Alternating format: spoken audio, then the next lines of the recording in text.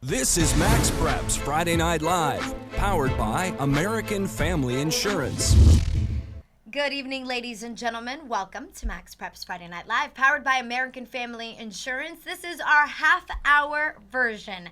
I'm your host, Joanna Gomez. Joining me in the studio once again, Jason Alpert. We are cutting the time down because we are winding down to the end of football season. There's less and less teams to cover, which means we have less and less time to fill. But I tell you, these are going to be 30 darn good minutes, so get ready for it. Oh, absolutely. I mean, we would never give them anything that wasn't good. But only 5 states are remaining. 4 will wrap up today. So, I mean, really, we are coming down to the wire as we speak.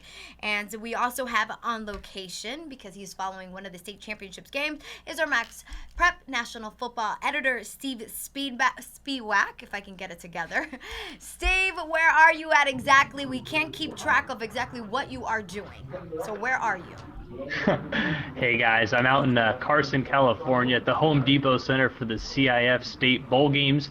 There are 5 bowl games played this weekend. There will be 2 tonight, and the first game just wrapped up. Modesto Central Catholic defeated Santa Fe Christian 66-7 to get the action started in what is always a fun weekend of high school football.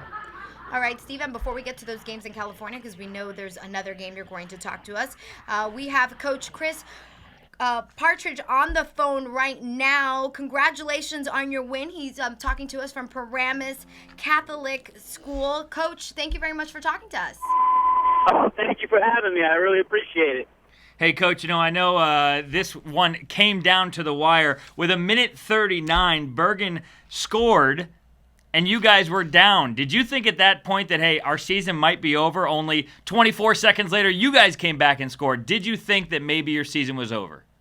No, not at all. Actually, we let them score. They got down to the 2-yard line and had first and goal. We called timeout. I went out to the huddle, and I told our kids we were going to let them run it in at the 2-yard line, and I almost got lynched off the field by them. They were screaming at me.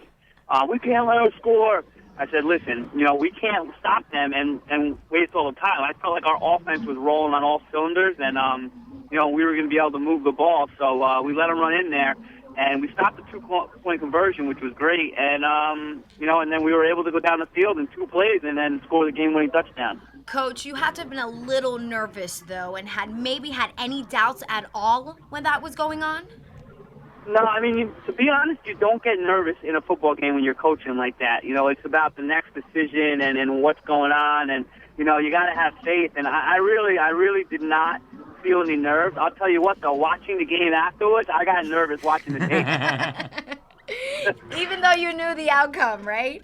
Yes, even though I knew the outcome, I was like, oh, my, what were we thinking as coaches? Like, that was wild. But we made some crazy decisions, and the kids they were unbelievable. They never faltered for 1 second. Jabril, you guys know Jabril Peppers. I told the team, in the huddle, we're going to let him score, and everyone was like, we can't let him score. And Jabril stepped right in and said, if he wants to let him score, we're going to let him score, and we're going to go right down the field and score ourselves. And it happened. Wow. Coach, Steve Spiewak here. Thank you again for joining us. I'm curious, Thanks, that playoff bracket, the non-public 4 playoff bracket has been dominated for 6 or 7 years now by Don Bosco Prep, and in such a short time you've been able to become the top dog. Talk about that process and how much you've been able to accomplish in a short period of time.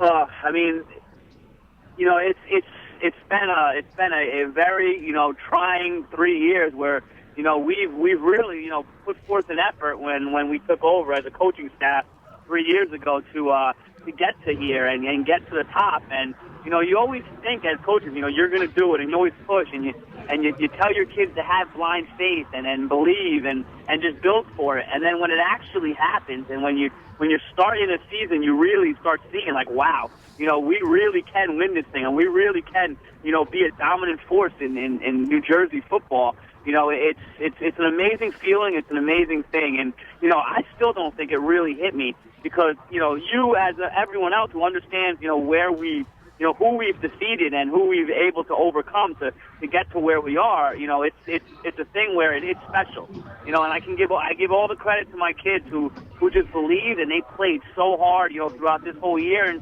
and for their last 3 years, because the seniors now that are graduating, those are the guys that we told from day one that, listen, if you guys just have faith and you work, we will be state champions. And they're a special group, and they'll never be forgotten in Paramus Catholic history. That's for sure.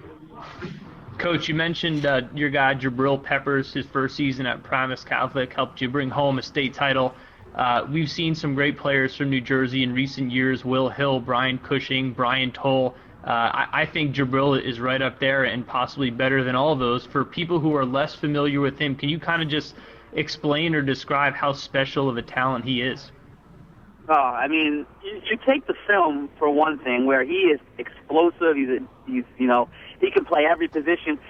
For one thing, he's played running back, quarterback, wide receiver, slot, linebacker, cornerback, and safety for our team this year. He moves all around. He can, his skills on the field are one thing. Where he's 200 pounds, he's powerful, he can run like the wind. But off the field is where people really need to get to know Jabril Peppers. He is, one of the smartest young men I've ever been around. He's got an extremely, bright, future ahead of him because he's a scholar in the classroom. He's, a 3.8 student. I have conversations with him that I would have with my assistant coaches. He understands it. He understands the game. He understands, who he is and who the team is. He's a great leader. He's a special person. And it's not even the film that everyone sees. It's outside of that. It's what he is outside of the field that really makes him special.